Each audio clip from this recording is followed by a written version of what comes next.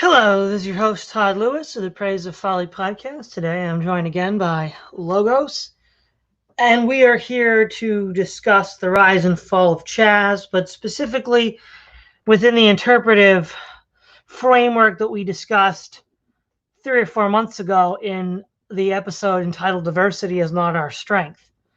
And in there, Logos, you use a lot of game theory ideas to sort of give a sort of subject independent reasons for why the left, whenever it tries, is going to fail. And you claim, and as we see with CHAZ correctly, that from these assumptions we can predict how these other left wing groups are going to fail. So why don't you open us up with your first prediction?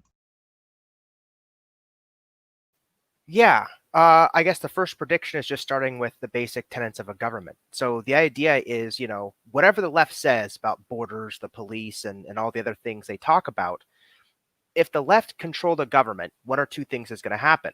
They're going to institute all the same organizational things they complain about, all the same institutions, or that government's going to fall very quickly.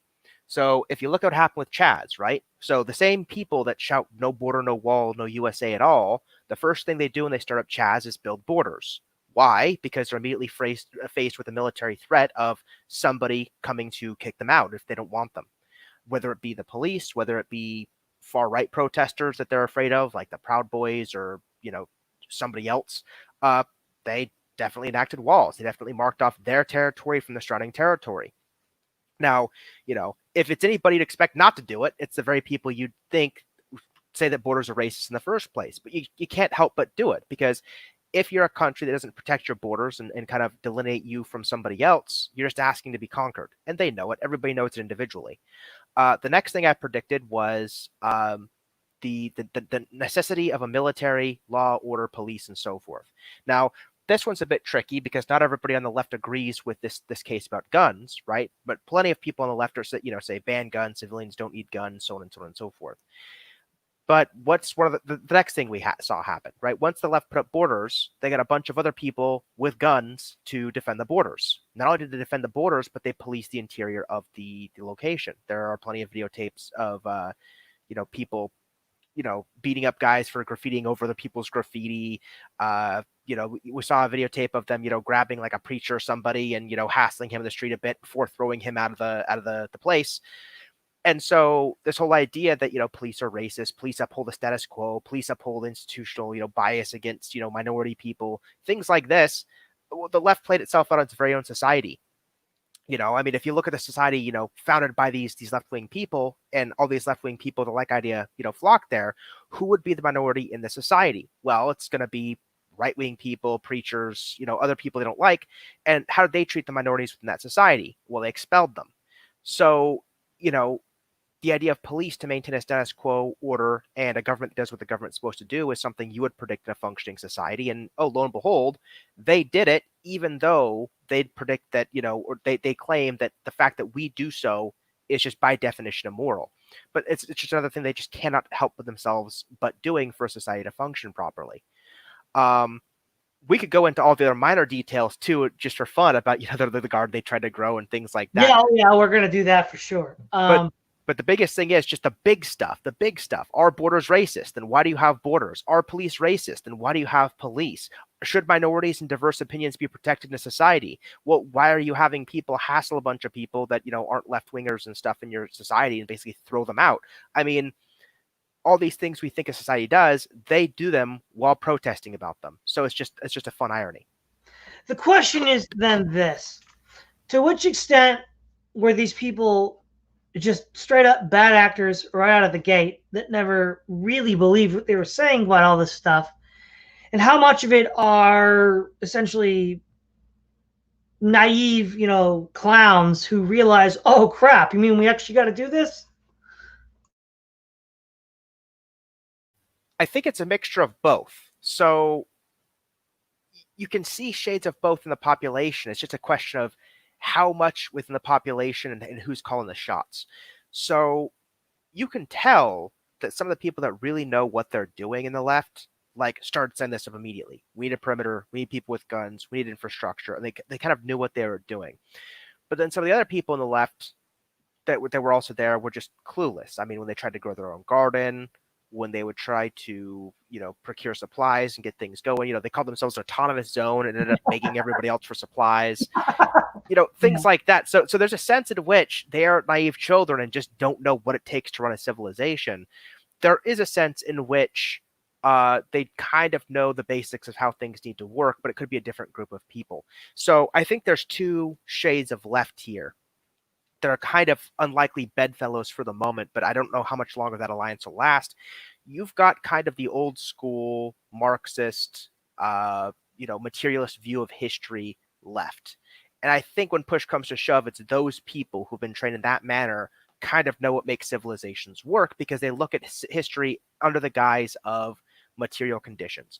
Do I think that's a perfect, holistic view of history? No, I think it's imperfect, but it's way, way, way better than this highly nominalist, the world is whatever we choose to make it kumbaya section of the left that's also holding a good degree of prominence.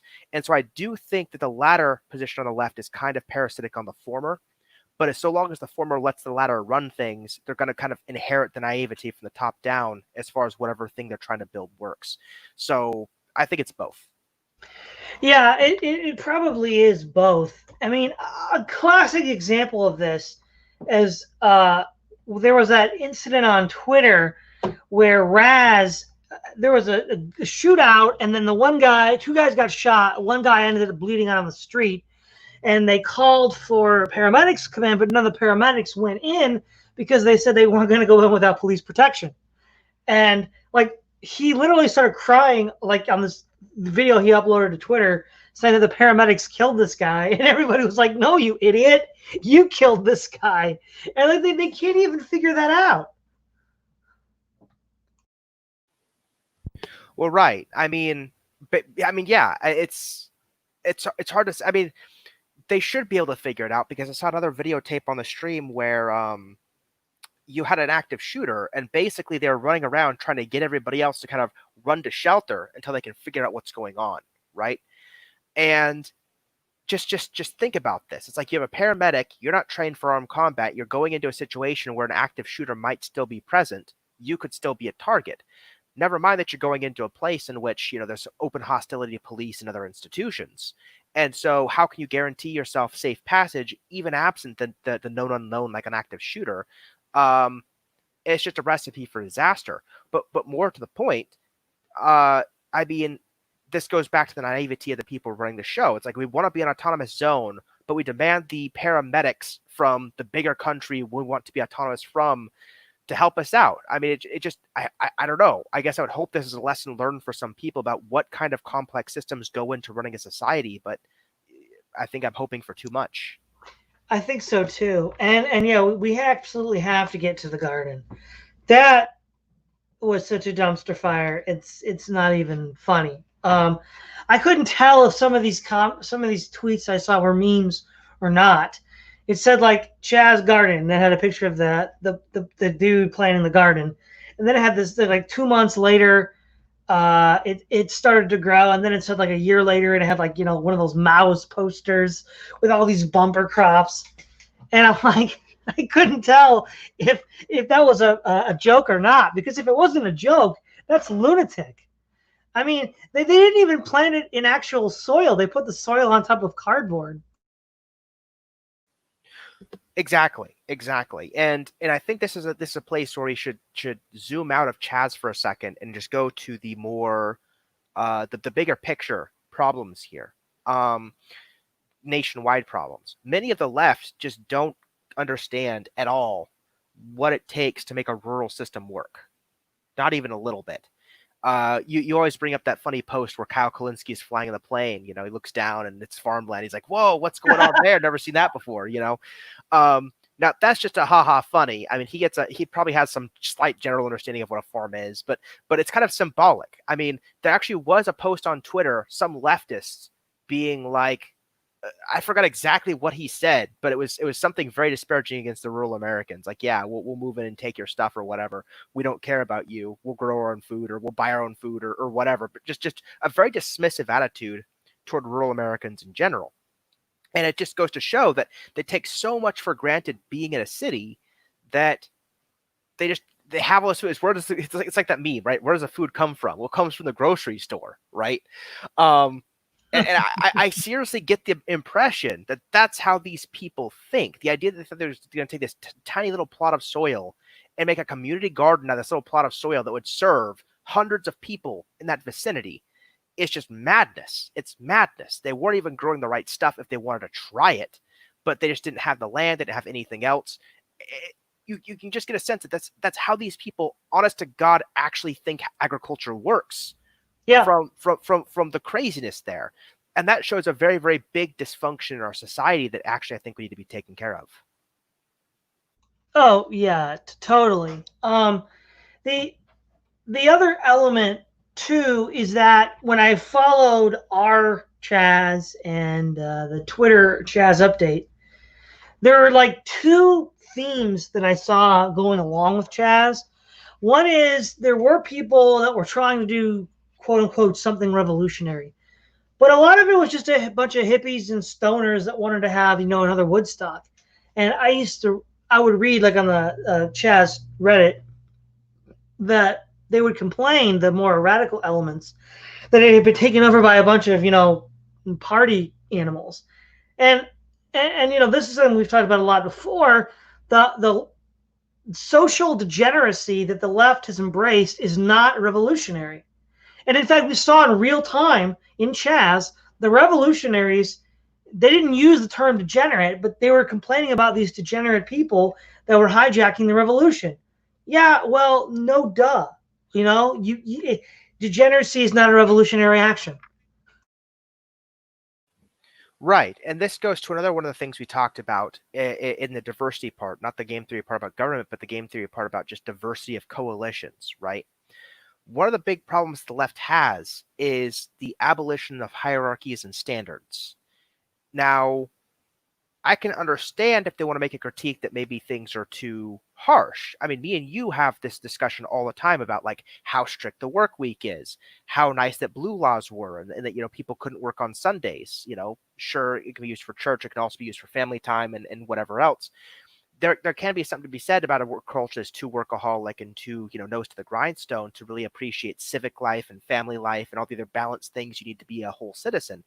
But I mean, the destruction of that isn't the destruction of all duties whatsoever. And I think that's what these revolutions are getting a taste of. When you abolish hierarchies, you know what justified hierarchy? It's like, okay, here's the best way I can think to put it after thinking about this for a while.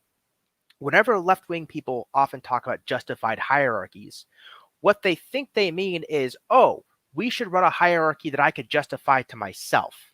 But they never think about the people that wouldn't consider a self-justified hierarchy by some revolutionaries justifiable to themselves. And that's kind of what we see, man. We see these people come in and they're like, well, we just want to party and have a good time, right? There's no police, there's no laws, there's no rules. We can just do whatever drugs we want. We can party however we want. It's going to be great. There's no work. We just get free food. It's awesome. And they come in and the revolutionary is like, hold on. We actually have a goal here. We have a mission. We have standards. And they're like, well, bro, I don't justify it. I don't consent to that hierarchy. What are you talking about? So you're either going to have to impose the hierarchy on me, in which case you're the big bad state you're supposed to be fighting against. It'd be a performative contradiction. Or you have to stick to your principles and say, well, if I can't justify the hierarchy to these individuals, then it can't be imposed on these individuals. Mm-hmm. And lo and behold, the revolution collapses. Well, exactly. But the other element, too, that you pointed out in our discussion was for each goal you add to the revolution, you have to add new infrastructure to achieve that goal. And given the finite amount of resources available to the revolutionary struggle, you end up not being able to achieve any of your goals. And like literally one of the first things that started happening was the alphabet soup people got into fights with the black people over why does my revolution have to wait for your revolution? Like right out of the gate. Yeah, not only that on the ideological grounds, that's true. Another physical thing we saw this manifest in was like day 1 or 2 of CHAZ, they ran out of food because they started feeding all the homeless people. Now, if you're trying to field a revolutionary army in an autonomous zone and self-sustain and divorce yourself from a country in a long-term meaningful capacity, then one of the things you have to do is ration your food, carefully store it, use it tactically. You have to think in a Machiavellian fashion. You have to impose hierarchy and a certain kind of order on the citizenry because look, our state is decadent, but it's very, very powerful, big, and has a lot of inertia behind it. So if you want to start some kind of revolution, you have to take whatever resources you get, and you have to use them in a way that's more efficient than the disparity of the resources of your opponent. And if you can't manage that, you're doomed from the start. Well, they didn't even try because they started taking all this food they were given and started feeding the homeless with it. Well, look, do you want to be a charity shelter or do you want to be a revolutionary movement seceding from a state? You can't be both things because, as we see, you run out of food. So even on the ideological ground, we can just make this purely physical and concrete. This is what happens. Well, I mean, look, all middle America needs to do is just boycott avocado toast, and then the cities will fall. Oh man.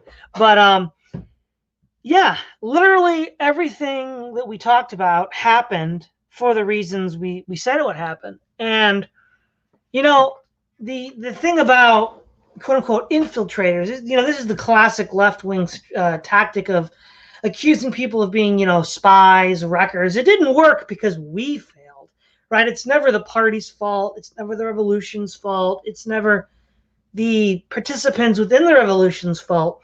It's always outside factors that cause the revolution to fail. Well, I mean, there's one or two things you can say about that. One, how pathetic and weak are you that you always lose to outside factors?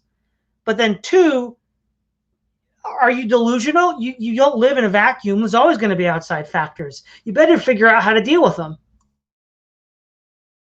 Well, even that, I mean, let's take their claims at face value here for a second. Well, actually, no, let me flip over. You're taking their claims at face value for a second. We can play the exact same game that the left has been playing forever on this topic, right? Let's think McCarthy, right? There are all sorts of communists infiltrating the country trying to take over. There are all sorts of spies from foreign powers that want to unseat us after World War II coming in and trying to take over, right? Now, do you think the left wing was very happy with that assessment of our country? No. If our country fails, it's because capitalism is bad. It's because our thing is bad. Infiltrators can't take down a system that's truly great. Well, okay, infiltrators can't take down your system if it's truly great. What's the problem, right? Exactly. So we've got that one. But the other problem too is, look, if infiltrators are taking over your system, what's the solution to that? The solution to that is an enforcement of duties, regiments, and standards. Oh no, but that's too conservative. That's an unjustifiable hierarchy being forced on individuals in a population. Well, okay, here's the best part of this, dude. If there are no duties, obligations, codes, rules of conduct you have to follow in a society, right? Then in what sense are the people who bring your society down infiltrators? An infiltrator would imply that somebody with a differing rule or view or goal to you snuck into your society and brought it down from the inside because they have opposing normative commitments. But you don't have the infrastructure ideologically to make that claim on somebody else if your society itself does not allow for a single goal, unified normative position, or anything like that, because it's an unjustified hierarchy or imposition on the general public. So they can't even make that claim. No, they can't. And the only left-wing experiments that were even marginally successful over any period of time dealt with the infiltrator problem with a police state, like the USSR or China. So, I mean, they purport to not want to do that. Well, okay, that's good. At least we can agree on that. So now what's the answer? They don't have one. And you had said too, the Marxist theory requires that the revolution happen everywhere. Otherwise, the forces of reaction will destroy it.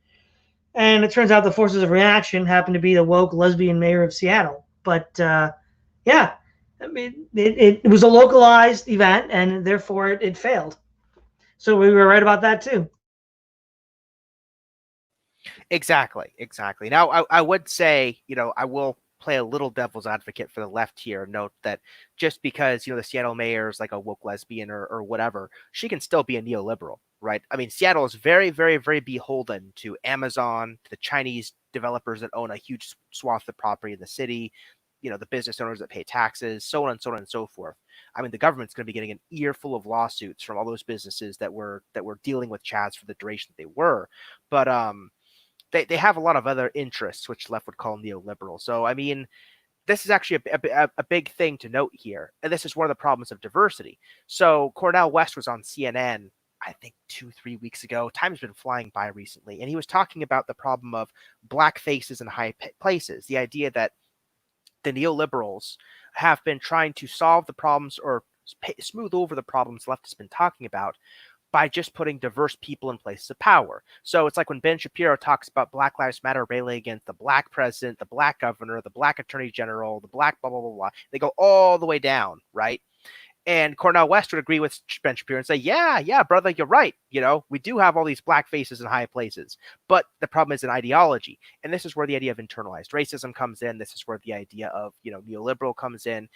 And basically, if these people are looking out for their own interests and just trying to climb the ladder, they'll follow whatever corporate rules they need to subvert the people underneath of them. But this just says two things. This just says that, some of the stuff they're trying to advocate for is actually working with the capitalists as a smokescreen. But B, diversity alone doesn't really do anything. So when people are talking about diversity, inclusion, so on and so on and so forth, I mean, it doesn't seem to be getting them any closer to building the society they want in the first place. So, yeah. Exactly. That last part is key. It's a point that I made at the beginning of our discussion last time, is that these kinds of diversity, but also degeneracy, are not revolutionary. They only serve the bourgeois class interest, to use a Marxist analytical framework. The alphabet soup people do not serve the purpose of revolutionary struggle. In fact, the Soviet Union knew that. They threw the alphabet soup people in prison.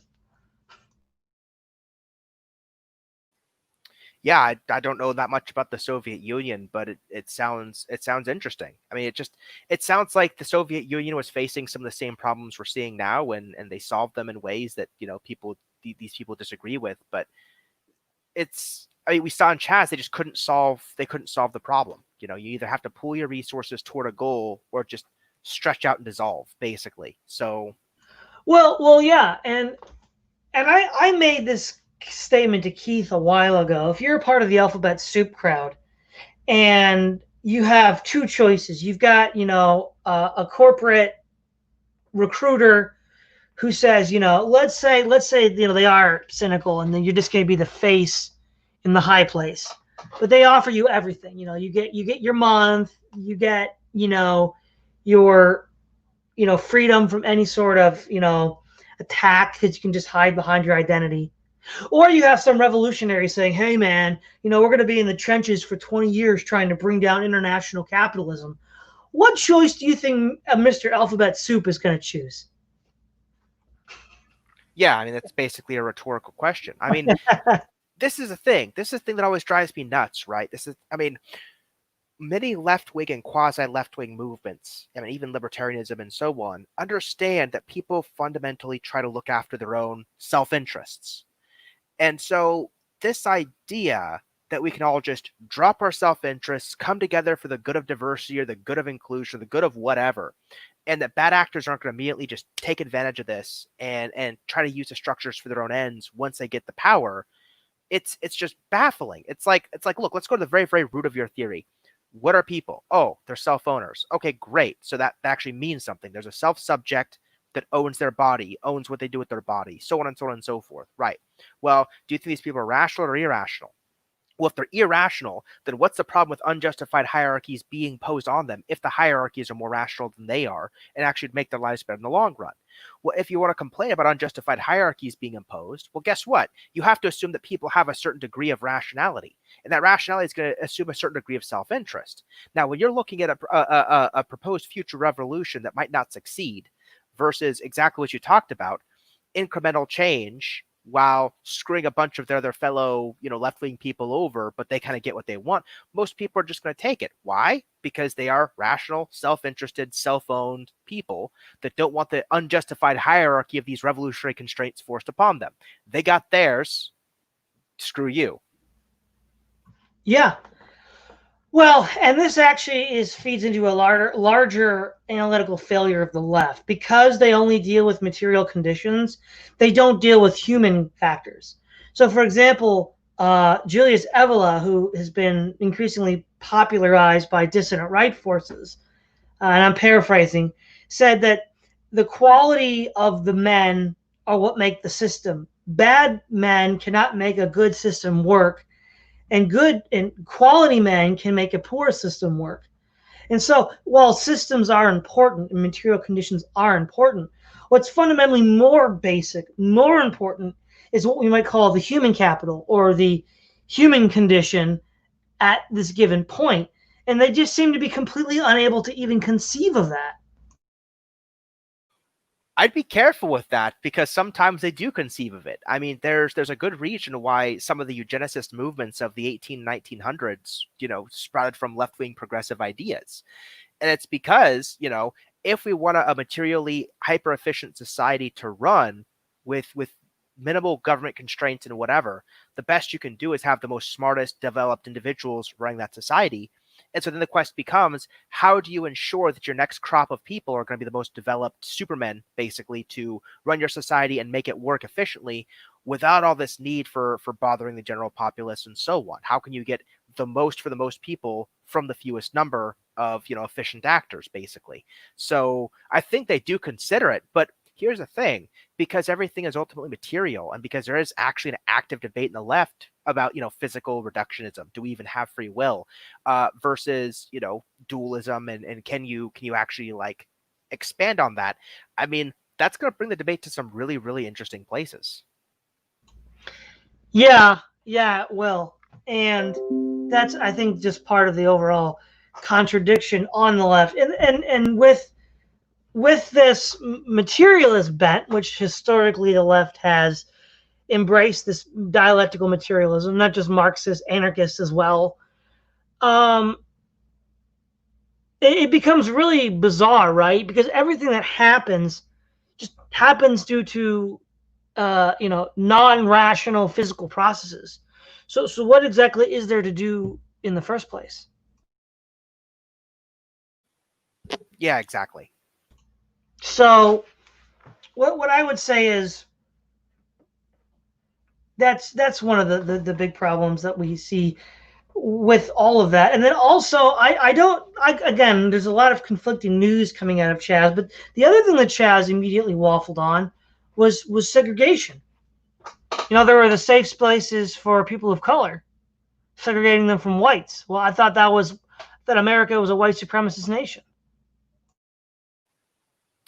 Yeah, I've been going back and forth on this one, trying to see if I can, give that any sort of rational justification. And it seems to me that the best I can make of the reasoning is something like, I mean, they're trying to segregate CHAZ as kind of like an outside area of the country, and they're trying to because this is now kind of a safe place, relatively speaking, they're trying to get people in groups to kind of air their grievances, compartmentalize their grievances, so on and so on and so forth.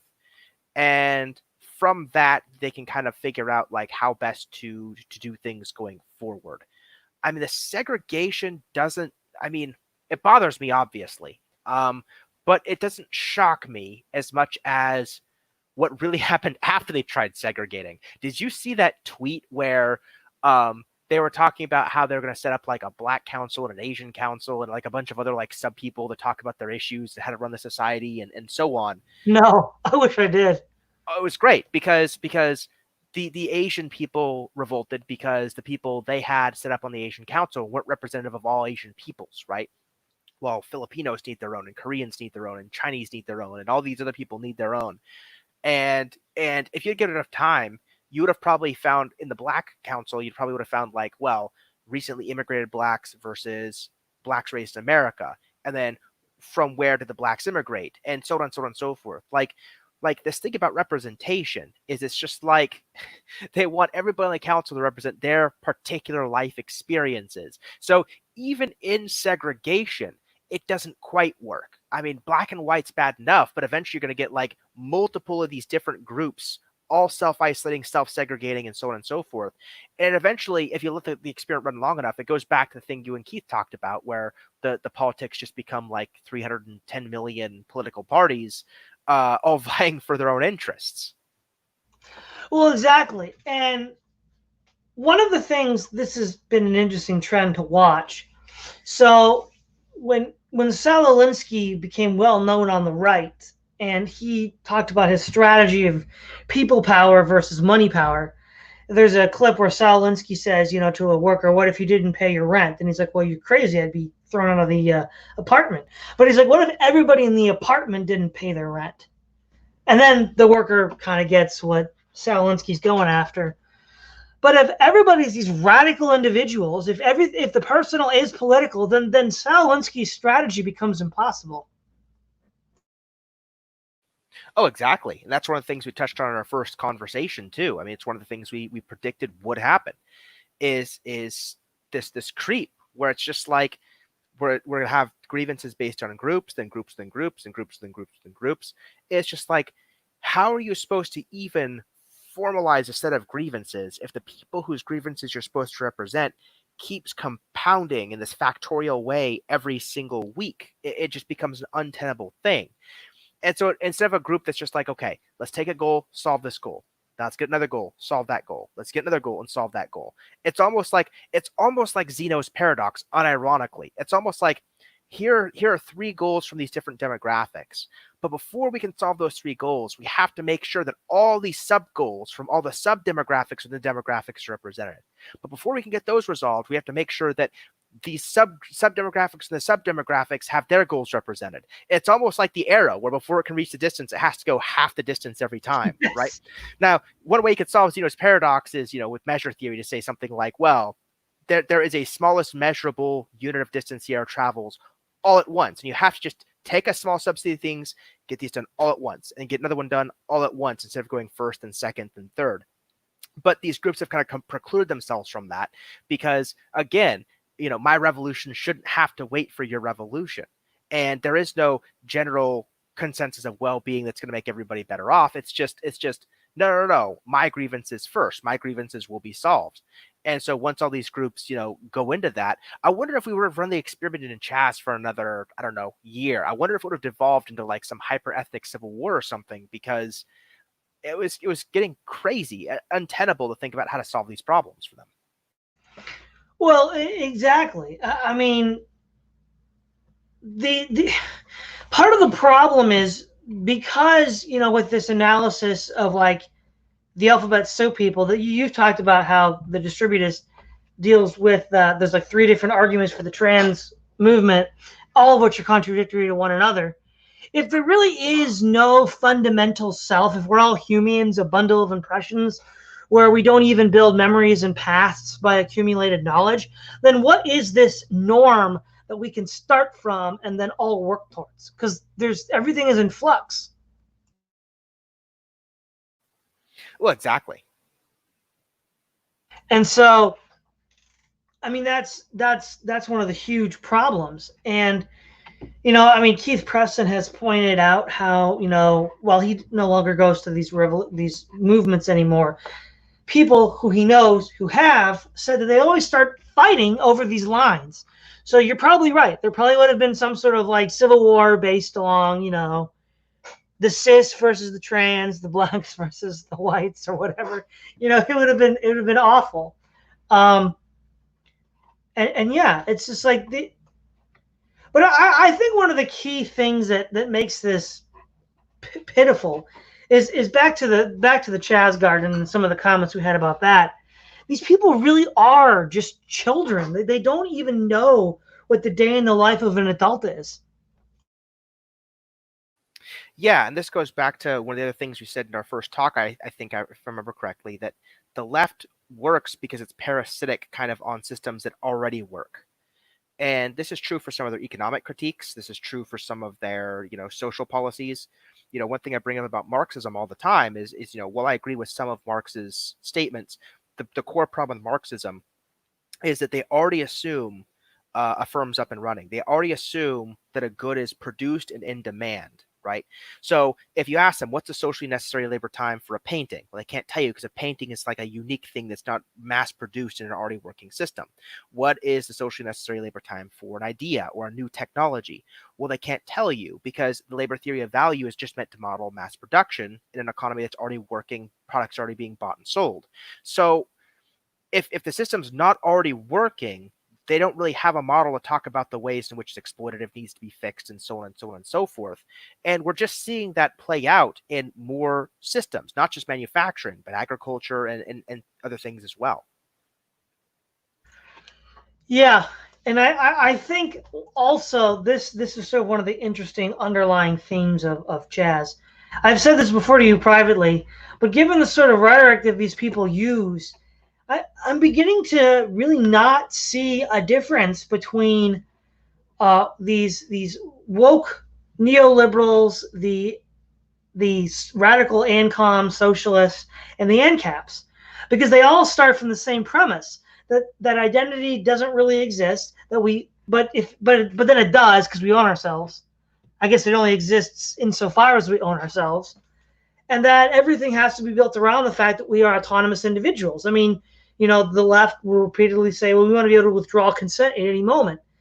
And technically, while ANCAPs can make fun of that, there are ANCAPs I've heard parroting that now too. So it's like all of these groups are converging on this, and I don't really see what makes them any different. Agree. And I've had plenty of debates with various left people of various stripes, neoliberals and progressives and so on, about things like abortion or anything else, and regulating abortion's bad because women have ownership of their property. And you can jokingly say, well, what about taxes? Is a man not entitled to the sweat of their brow, like the BioShock quote, parodying Ayn Rand? And they'll say, well, no, that's different. But it's like why?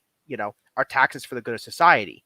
Well, it's yeah, okay. Well, is having children good for society? Well, yeah, but you shouldn't be able to force somebody to do it anyway. It's like, well, okay, if taxes are good for society, should you force people to pay taxes anyway, right? Where does the line between what's good for society end and individual sovereignty begins? Like, that line isn't made very clear. It's like you know it when you see it, but then coming all the way back around to CHAZ, apparently you don't, because you had people that thought they were there for a purpose, that were there for revolution, that were there for very specific things. Then you had people that were like, nah, man, we're going to party. And the revolutionaries were upset. Well, how can you be upset at that, right? If there is no clear line between what's best for the group and what's best for the individual, they haven't done anything wrong. You just disagree on where the line is. And that's the one thing you can get for this over and over and over again. Exactly. And when you look at the fetishization of the individual, the sort of like older conservative, older reactionary, older socialist critique is correct. Society becomes literally impossible. Yeah. I mean, again, you try to make every individual an island at that point, and you just can't do it.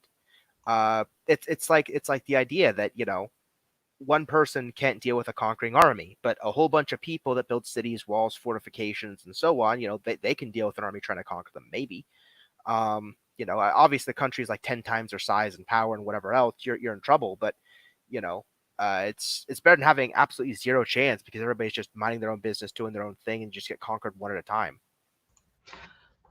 Yeah, yeah, exactly. And again, as we saw with CHAZ, there wasn't even enough to cohere around. I mean, I guess what made people cohere was the party, but once it got too violent and the party had to get canceled, then there was really nothing for people to stick around for. And this is another theme that I've noticed with the far left, and we saw it in CHAZ, is everything needs to change, but just somebody else has to do it, not me.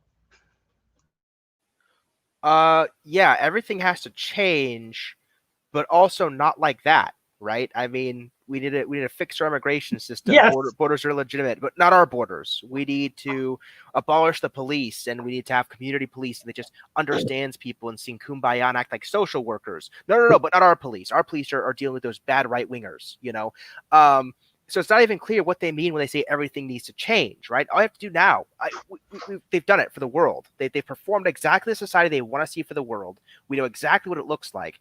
And so whenever a leftist complains about wanting this or that aspect of society to change, we just say, look, you guys took over 6 blocks of Seattle. You got to run your society however you wanted. And this was the result of it. Well, I don't agree with that. It's like, well, okay, A, were you there? Well, if you weren't there, you didn't put your money where your mouth was. And if you were there, did you object? Well, if you couldn't object, that just means that the left winger has become too authoritarian even for you, right? You didn't agree with what they were doing, but they didn't take your input on board, right? So when the right complains about the left wing going totalitarianism to enforce diversity and everything else, you yourself were a slave to that. You couldn't do anything about it. And if you were there and had no problem with the way it was going, then I can't believe you when you say you don't agree or whatever. Because, how can it be good for CHAZ when it's doing whatever its thing is, but bad for society at large when there's 300 million people at stake? Like, what are you talking about?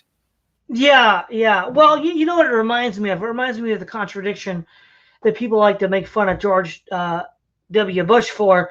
We're gonna violate capitalism to save capitalism, and basically interfere with the market cycle by a bailout. And that's sort of what the left is doing. We're going to create a borderless world by creating borders. Exactly. And in so doing, all they've really demonstrated is why borders are reasonable in the first place. I think the real takeaway from CHAZ is that through a combination of an insane metaphysical political philosophy and people that never quite grew up, that the left just doesn't have anything to offer on anything.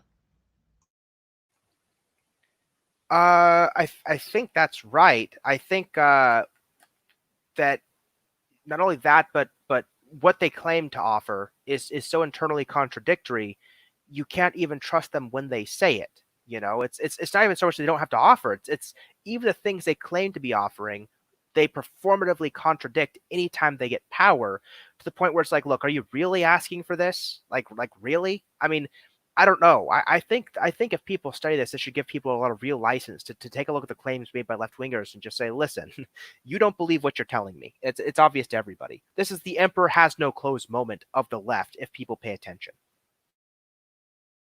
Yeah, exactly. The emperor has no clothes. Now here's the real interesting part, Logos. How do you think BreadTube and people like Secular Talk are gonna spin this this dumpster fire? Well, I mean, this comes to, again, two different versions of the left. There are actually, you might even say there are three versions of the left, right? So Secular Talk, I think, is more of a pro-labor, pro-safety net, progressive type. He's not a big fan of cancel culture. He came out, I think, in support of Noam Chomsky writing the Harper's letter. I don't think he's a big fan of this deconstruction, this, can science explain how our shaman called the lightning kind of, anti-science, nonsense. So I think that his spin on this really would be something like, so his spin on it's wrong, but I think it's less wrong than the other one. So how I can predict he's going to spin it, because I haven't seen it, but I think I'm going to, is it based on his other words. He's going to say something like, well, the people in CHAZ only got riled up and revolted and did this crazy stuff in the first place because there are some things that were fundamentally broken about our system. And they're pent up from coronavirus, and they're not getting enough stimulus money from the government, and there's all these other things going on, and it's crazy Joe Biden versus Donald Trump. There's all these, national pressures, and this is just one of the weird, crazy ways in which this valve is being released so people can get some pent up stuff out of their system. Now, Secular Talk isn't the only one that would make this claim. There are people on the right even that would say, like, well, the government's forcing people to not work due to coronavirus. And so the riots and stuff are people getting energy out of their system there. So that's common, I think, on both of them. But I think Secular Talk would twist this into some way just to say that we need more labor concessions. We need the government to better economically handle the lockdown while we kind of get this thing straightened out, and so on and so on and so forth. Secular Talk kind of misunderstands the broader metaphysics because he doesn't really appreciate the value of metaphysics. He is a materialist. He is an atheist. So he's reasonable in the sense that we can all have an adult conversation about material conditions, but he's unreasonable if he thinks that these people would have done this crazy nonsense at some point anyway, just because their metaphysical principles kind of dictate that they do it. Now, BreadTube is another faction of the left entirely. Right? They're more revolutionary. Well, here's the thing. There's actually even a schism in BreadTube, as I've seen, kind of, based on things like the trans question and things like that, where there are some that are just straight up Marxist dialectical materialists, but they're also revolutionaries, right? So they don't care about safety nets. They don't care about workers just being better taken care of, right? For them, Bernie was the compromise candidate in the sense that Bernie would be like the last thing to stop them from going black pill and starting a revolution. Because even Bernie didn't go as far as they'd wanted, right? They're not an incrementalist like Kyle. They want to burn it all down and just start over and make a society that works for everybody. So that faction, I think, would spin CHAZ as, yeah, they already have kind of a gripe to play with the alphabet soup trans people. Like when I went to university, I actually saw a flyer that was talking about like Marxists against postmodernism and brought up all these things that the postmodernists were doing to subvert the movement and be pro-capitalist. Their denial of materialist history, their denial of class struggle, all the rest of the stuff. And so that schism's already kind of there. We're going to see it popping up to the surface. The other people who are going to just be doing like pure apologia for CHAZ, those are the people that are really, really insane. These are the people who are nominalists even before they're materialists, right? So we might have hardcore disagreements with pure materialists, but at least we can talk to materialists. They can agree, yes, there's a thing there. It has a nature of some sense, and it is as it appears to be. Whereas the nominalist will say, well, there's a thing there, and we happen to socially agree on what it is as some vague social construct, but talk to us in a week and we can make it something different if we want to. You can't have a reasonable conversation with those people. And those are the type of people I think that will come out in full force in apologia of CHAZ. I think in the coming months, once all this stuff's shaken and we kind of really see the implications, we're going to start seeing the factions and the left start making themselves crystal clear over these differences. The revolutionaries that were there for CHAZ are not going to deal with this nominalist crap anymore. The nominalists aren't going to be told what to do by the revolutionaries, and they just need to sing kumbaya along with them. And then you've got the more reasonable progressive types that will keep making apologia in the sense that, oh, something's wrong with our society, and they're kind of a crazy canary in the coal mine kind of a thing. But I think that even if society starts getting fixed, these people still start coming out in force. I think even the Kyle Kalinske types in the next decades are going to have to say, okay, we were wrong. These people are just absolutely insane. Well, yeah, they are absolutely insane. And the other thing too is, I never thought I would say people like Kyle Kalinske are the moderates, because back in the heyday of new atheism, they sort of touted themselves as the vanguard of a sort of edgy cultural movement. And now now they're trying to defend the status quo against an even crazier revolutionary movement, but it's one that they gave birth to. That's the thing the progressives will never admit, even though that's what happened. Well, that's right. And I think that the fundamental issue here comes down to just understanding the taxicab fallacy. You know, people give William Lane Craig a whole lot of crap for talking about the taxicab fallacy, and, you know, they're philosophers. But I mean, it is a very, very real thing. It's like, look, are we empiricists? Yes. Then we have to be able to interpret stuff according to our sense data, right? So referring back to the thing that Dave was talking about with the trans video. Okay, I'm trans because I have a subjective feeling that I'm trans, right? So do you think that trans women are all women? Do you think that I'm a trans woman or whatever? Well, if I'm an empiricist, it's like, well, do I have the sense data to interpret what you're saying and come to a conclusion? Probably not, right? Because we have an inductive thing about how women are and an inductive thing about how you are, and we can kind of make that critique. So you have to kind of subvert empiricist expectations in order for that sort of thing to hold. So what are you left with? You're left with kind of a performative idea of gender, like Judith Butler. So somebody's a woman insofar as they can trick you into thinking that they are one, right? So we both have this idea about how women should look and act and so forth. And you know, you can go out with somebody, hang out with somebody, whatever, thinking they're a woman. Oh, oops, you know, they're not. But so long as you think they're a woman, they're a woman. You know, that's kind of like the Judith Butler interpretation Dave took, juxtaposed with empiricism. Or to the extent that people think they're women, that's just reducible to facts about the brain, you know, physicalism. So they have scientific gatekeepers doing mental scans to see if they're, you know, neural archetypes of the syndrome that are saying, you know, who's trans, who's claiming to be, sort of thing. And they don't like that either. But it's like, look, okay, so if we're not empiricists, what are we? We're going to have to pick something. And they don't seem to want to pick anything, because they will snub their nose the whole, can our science, you know, can your science explain why our shaman can call the lightning thing? Kyle will snub his nose at that all day long, but he's not going to commit to hard empiricism either. So it's like the reasons he had for being the vanguard, they've been subverted out from under him. He's got nowhere to go. And this was all predicted. Once you see that people will make certain claims and arguments just for the hypothetical sake of discussion, but never stand by any of them. We had nowhere to go in our culture but this. Exactly. And I think we could take the conspiracy route if we want to, and I think there is some ground for that. But if we look at the united front of the left liberals from the 90s to the early 2000s, all the way up until Elevator Gate, when the new atheist movement started to break apart on these woke lines, all these different people were in the liberal left in America, in Europe. They were the end of history types. They said that secular Europe was the end, and this was great, secular America. But the inherent absurd contradictions of these philosophies they were brainwashing these people in the universities for decades. It made this split inevitable. I mean, were there conspiratorial actors? Probably, but you didn't need them for this to happen. This was going to happen with or without conspiratorial actors, based on the internal contradictions of the left-wing political metaphysical system. Exactly. I don't know what more there is to say on that particular topic than that. I think that ties it up pretty nice.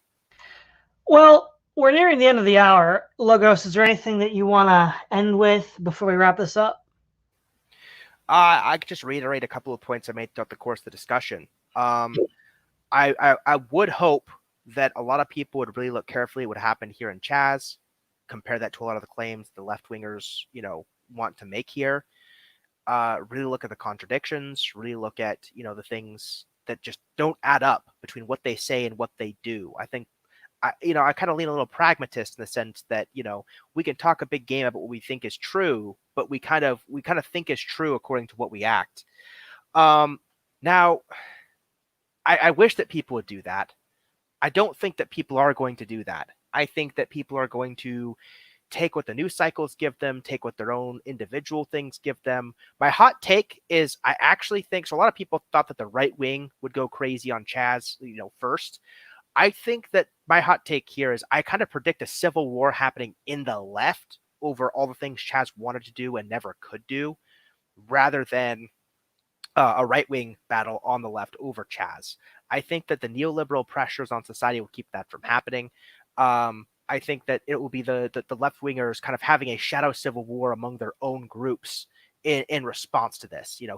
Expect to see in the coming months, here's how X, Y, and Z is being used to subvert the revolution.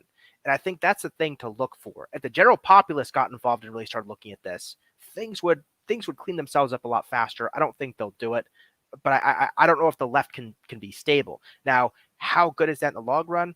I don't know, because the neoliberals are still unified. They're pretty strong. As much as I hate their worldview, it lacks the internal contradictions of some of these more radical left types.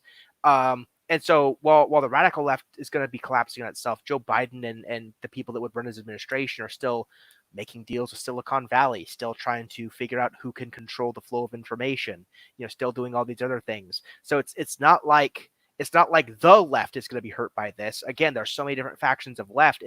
I think one is going to come out looking better at the end of this, and the other ones are going to look like self-contradictory dunces to people who pay attention.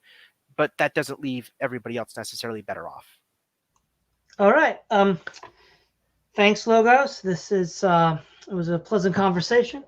This is Todd Lewis of the Praise of Folly podcast, signing off.